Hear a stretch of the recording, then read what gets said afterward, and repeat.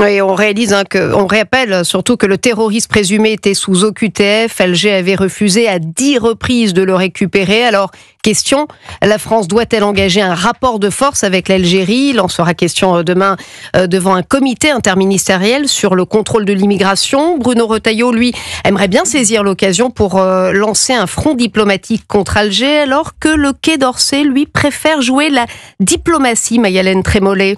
Oui, Bruno Retailleau veut faire de cette réunion la première étape d'un bras de fer contre Alger. Ces pistes, un retour sur les accords bilatéraux de 1968, une réduction du nombre de visas délivrés à l'Algérie ou encore un gel des avoirs des dignitaires algériens résidant sur le territoire français. C'est le symbole donné qui sera efficace. Ça veut surtout dire que la fête est finie, explique un conseiller. Mais au Quai d'Orsay, Jean-Noël Barrot freine des 4 fers. Quand on dit j'arrête les visas, ça ne fonctionne pas, explique le ministre des Affaires étrangères qui veut éviter un rapport de force pour le rapport de force.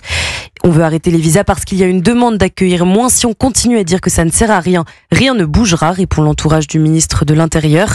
En clair, il y a une différence de point de vue, mais les lignes peuvent bouger. Rien n'est figé à ce stade, concède un poids lourd du gouvernement.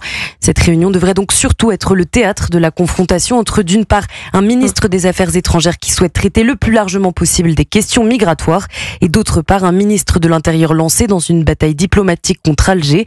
Toujours est-il que c'est François Bayrou qui doit trancher en conclusion sur la position française.